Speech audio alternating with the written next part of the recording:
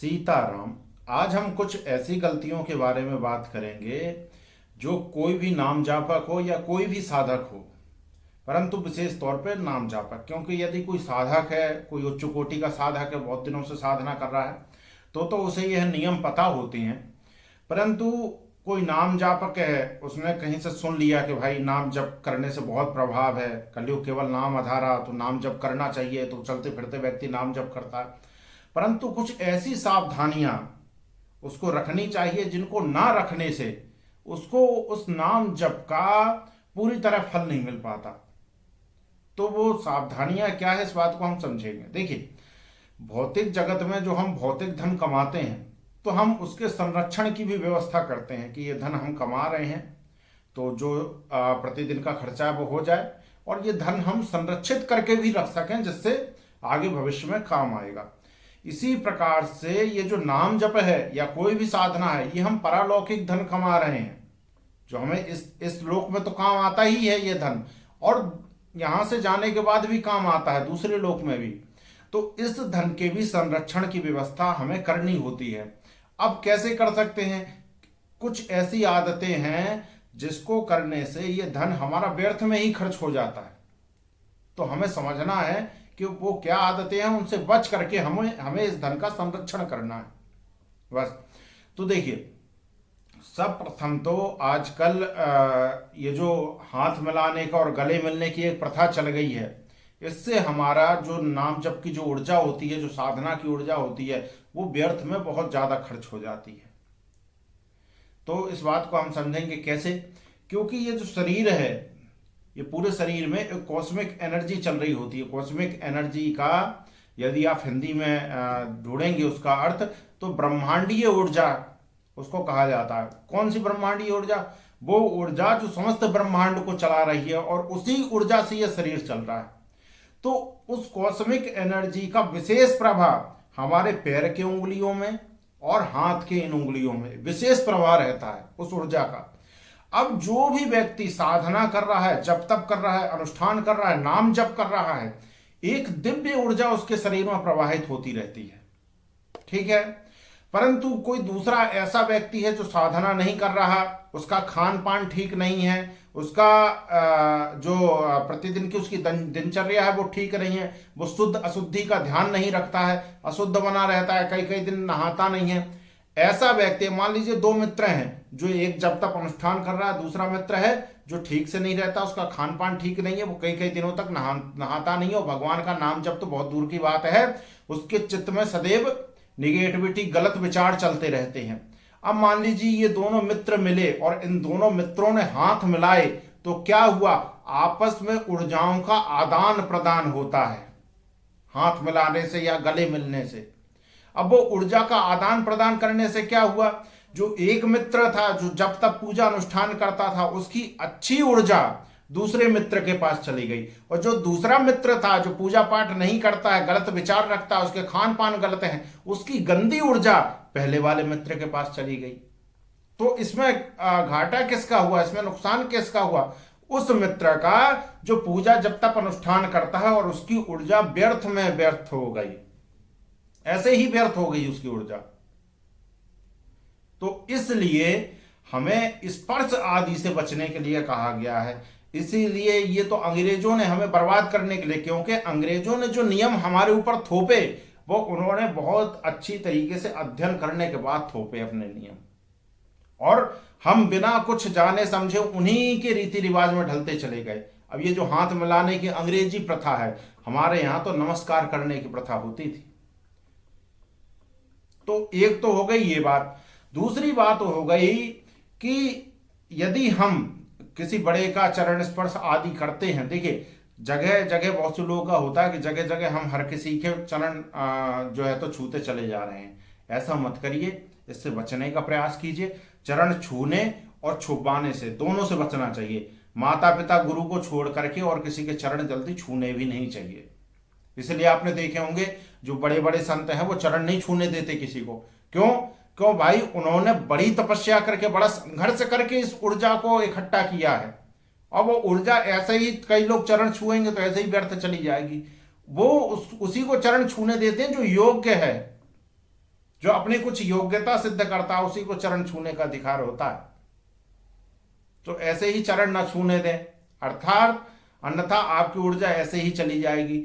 और यदि कोई आपका रिश्तेदार ऐसा है जिसको देख करके आपको लगता है कि इस व्यक्ति के विचार मेरे प्रति अच्छे नहीं हैं, तो उसके चरण यदि छूने भी पड़े तो छू करके माथे में बिल्कुल मत लगाइए, क्योंकि यदि उसकी भावना आपके प्रति अच्छी नहीं है तो वो जो आप उसके चरण जब छुएंगे तो वो जो ऊर्जा आएगी वो अच्छी नहीं आएगी।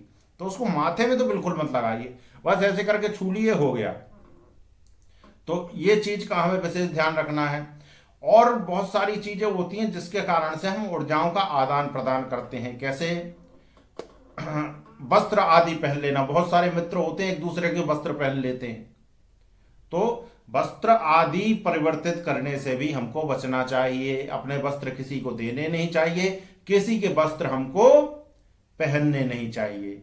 फिर एक हो गया सबसे ज्यादा आजकल जिसमें ऊर्जा व्यर्थ हो रही है, भोजन में। हम कहीं भी किसी के यहाँ का भी खा लेते हैं। हमने खूब पूजा जब तक अनुष्ठान किया, अब मान लीजिए मैंने किसी व्यक्ति के यहाँ का खाया बिना पैसा दिए, ठीक है, मैं अपने किसी मित्र के यहाँ गया। देखिए, जगत में कोई भी चीज फ्री में नहीं मिलती। आपने पूजा जब तक अनुष्ठान कर रहे हैं, कोई मित्र है वो आपको बुला करके खिलाता है, आपके जब तक अनुष्ठान का, आपके पुण्य का कुछ अंश उसको अवश्य जाएगा, निश्चित मानिए ये। इसीलिए साधक को पूर्ण तरह से, साधक को ना किसी के शादी में, ना किसी के जन्मदिन में, और ना ही किसी के मृत्यु भोज आदि में पूर्ण तरह से प्रतिबंधित कर दिया जाता है कि आपको भोज तो किसी के यहाँ का खाना ही नहीं है। इसीलिए सबसे उत्तम साधक को बताया गया है कि आप अपने हाथ से बना करके खाइए, जिससे अन्य लोगों की ऊर्जा आपको प्रभावित ना कर सके, आपकी ऊर्जा व्यर्थ ना जाए, आपकी ऊर्जा आप तक ही संचित रहे। अब जो साधक खान पान का ध्यान नहीं रखता, वो कुछ दिन जब तक अनुष्ठान करेगा, फिर बाहर की ऊर्जा उसे इतना प्रभावित कर देगी कि उसका पूजा, उसका नाम जप, उसका अनुष्ठान अपने आप छूट जाएगा, क्योंकि वो ऊर्जा हमारे मन मस्तिष्क को प्रभावित करती है, चाहे हाथ मिलाने से हो, चाहे गले मिलने से हो, और या खान पान से हो। यदि ऊर्जाओं का आदान प्रदान होगा तो वो ऊर्जा हमें प्रभावित करती है, हमारे मन मस्तिष्क को प्रभावित करती है, हमारे शरीर को प्रभावित करती है। तो इस बात से हमको बचना है। बाहर के खान पान पे ध्यान देना है कि बाहर का हमें ऐसे ही, देखिए, बाहर हम पैसे दे करके खाते हैं तो पुण्य तो उसको नहीं मिलता, परंतु वो जिस विचार से वो भोजन बना रहा है वो उसकी ऊर्जा जरूर हमारे पास आती है। मान लीजिए वो व्यक्ति अच्छा नहीं है, उसका खान पान अच्छा नहीं है, उसके विचार अच्छे नहीं है, तो उसकी पूरे वो जितनी गंदी ऊर्जा उसकी होगी वो खाने के माध्यम से, भोजन के माध्यम से हमारे भीतर जाएगी, और हमारी जो अच्छी ऊर्जा है वो व्यर्थ में ही खराब होती है। तो इसलिए बाहर के खान पान से हमें विशेष ध्यान देना चाहिए। यदि मान लीजिए कभी कोई ऐसी स्थिति बनती है कि हमें बाहर का खाना ही पड़ता है, तो पहले तो किसी साफ सुथरे स्थान पर देखिए जहां पर वो शुद्धता का ध्यान रख करके बनाते हो। कभी के लिए बोल रहे हैं, हर कभी के लिए नहीं। मान लीजिए जब कभी आप ऐसे, क्योंकि आजकल ऐसा हो गया है जिनका बाहर आने जाने का काम है उनका नहीं चल पाता, तो पहले तो आप साफ सुथरे जगह का ध्यान दीजिए। आजकल ये जैन होटल आदि होते हैं, ठीक होते हैं, तो वहां पर देखिए। उसके बाद आप उस भोजन को नाम जप करते हुए खाइए। तो जो आप नाम जप करते हुए उस भोजन को खा रहे हैं, तो जितना नाम जप आपने भोजन के समय किया, मात्र उतनी ही ऊर्जा व्यर्थ जाएगी, आपकी जो संचित ऊर्जा है वो व्यर्थ नहीं जाएगी। तो नाम जप करते हुए श्री राम जय जय राम। अच्छा, इसमें से पहले थोड़ा सा भोजन 2-3 कौर तोड़ करके, 2 कौर 3 कौर तोड़ करके उस सब्जी में लगा करके थोड़ा सा भोजन निकाल दीजिए, ठीक है। उसके बाद नाम जप करते हुए उस भोजन को आप पाइए, तो वो आपके मन मस्तिष्क को उस तरह से प्रभावित नहीं कर पाएगी, आपकी ऊर्जा व्यर्थ में खराब नहीं होगी। तो ये तो हो गया, एक स्पर्श आदि से हमारी ऊर्जा व्यर्थ में खराब होती है। दूसरा, हमारी ऊर्जा खराब होती है खान पान से। किसी भी व्यक्ति के, कोई व्यक्ति कैसा भी है, किसी मित्र के यहाँ गए, खा लिए, बाहर का कुछ खा रहे हैं, तो वो हमारी ऊर्जा व्यर्थ में अशुद्ध हो रही है। अशुद्ध हो रही है मतलब अशुद्ध ऊर्जा शुद्ध ऊर्जा के ऊपर हावी पड़ जाती है, और धीरे धीरे शुद्ध ऊर्जा हमारी खत्म होने लगती है। और हमारे मन मस्तिष्क को वह ऊर्जा इस तरीके से प्रभावित करती है कि फिर हमारा पूजा पाठ और नाम जप आदि छूट जाता है। इसलिए इन बातों का हमें ध्यान रखना है। दूसरा है कि हमारे स्वयं के विचार, जब भी हम पूजा जब तक अनुष्ठान करते हैं तो हम क्या सोचते हैं, हम क्या करते हैं, हम क्या देखते हैं, इस पर हमें विशेष ध्यान रखना चाहिए। इसीलिए अनुष्ठान का नियम बताया गया है कि मन, कर्म और वाणी से ब्रह्मचर्य का पालन, अर्थात मन में कोई गलत विचार नहीं आना चाहिए, कर्म भी हमसे कुछ अशुद्ध नहीं होने चाहिए और वाणी से भी हमको गलत शब्दों का उच्चारण नहीं करना है। और आंखों तक का ब्रह्मचर्य बताया गया है कि हमें आंखें, दृष्टि भी हमारी नहीं जानी चाहिए, आंखों तक का ब्रह्मचर्य बताया गया है। क्योंकि यदि हम कोई गलत चीज देख रहे हैं उसमें भी हमारी यह ऊर्जा, क्योंकि वहां से गलत ऊर्जा अपने आप हमारे भीतर आ रही है, गलत चीजें आ रही हैं तो हमारी यह ऊर्जा परिवर्तित हो रही है।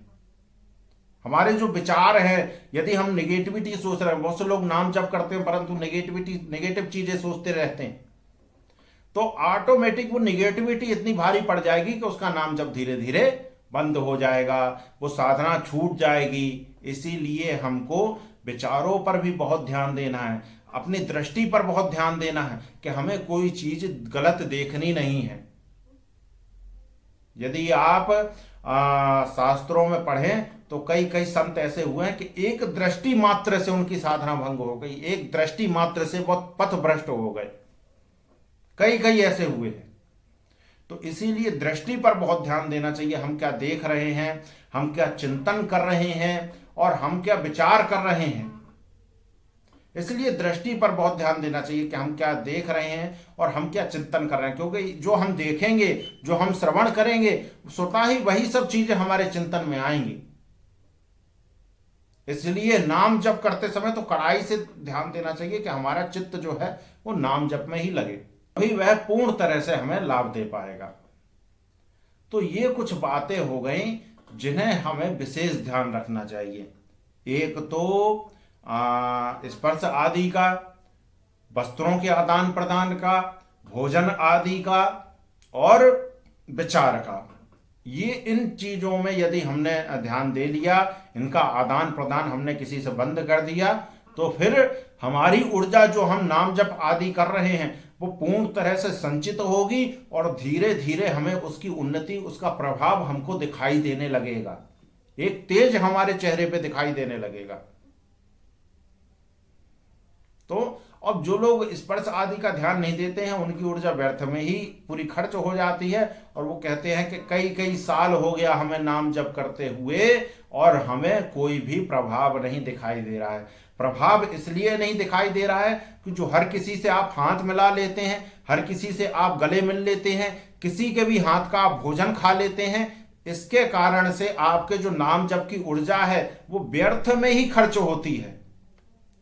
दूसरों की गंदी ऊर्जा आपके भीतर प्रवेश करती है और आपकी अच्छी ऊर्जा को नष्ट करती है, जिस कारण से आपको पूजा जब तक अनुष्ठान और नाम जप आदि का प्रभाव नहीं दिखाई देता। यदि आपको चाहिए कि आपको अपने नाम जप का, अपने पूजा जब तक अनुष्ठान का प्रभाव दिखाई दे, उनका फल आपको पूर्ण तरह से प्राप्त हो, तो ये जो सावधानियां मैंने बताई हैं इनको रखिए और इनसे बचाव करने का प्रयास करिए।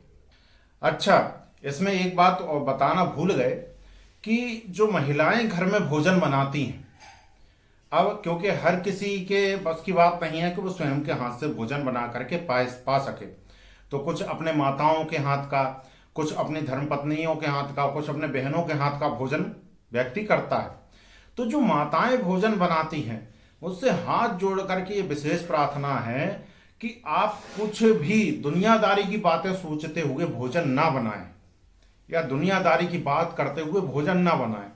देखा है माताओं बहनों के ऐसे कान में फोन लग जाएगा और भोजन बन रहा है, दुनिया के प्रपंच की बातें उस समय हो रही हैं, जबकि चाहिए क्या कि जब भोजन बन रहा है उस समय ईश्वर का सुमिरन हो, ईश्वर का नाम जप हो, प्रभु का नाम जप करते हुए भोजन बनाइए या कोई भजन आदि सुनते हुए भोजन बनाइए।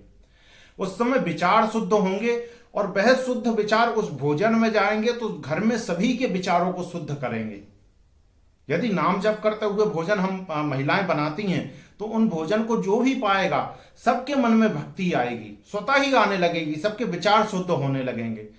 परंतु यदि दुनिया की बातें सोचते हुए, आप इधर उधर की बातें सोचते हुए, कोई नेगेटिविटी सोचते हुए, कुछ कुछ नेगेटिव बात है वो आप सोचते हुए, क्योंकि महिलाओं की आदत होती है ऐसा हो गया तो वैसा हो गया, तो इस प्रकार की यदि आप बातों को विचार करते हुए आप भोजन बनाएंगे तो वह विचार भी उस भोजन में जाएगा और घर में सभी के विचार वैसे ही नेगेटिव नेगेटिव हो जाएंगे, सब ओवर थिंकिंग करने लगेंगे, सब व्यर्थ की बातें सोचने लगेंगे। इसलिए भोजन बनाते हुए महिलाएं, माताएं विशेष ध्यान रखें कि नाम जप करते हुए भोजन बनाइए, जिससे सभी का मन शुद्ध हो सके और जो है तो कोई भी व्यर्थ की चीजें भोजन के माध्यम से व्यर्थ का विचार किसी के भीतर ना जाए। तो इन सब बातों को आप समझिए, इन पर अमल करिए और अपने नाम जप की, अपने साधना आदि की ऊर्जा को संचित करके आगे बढ़िए। बोलिए सीताराम।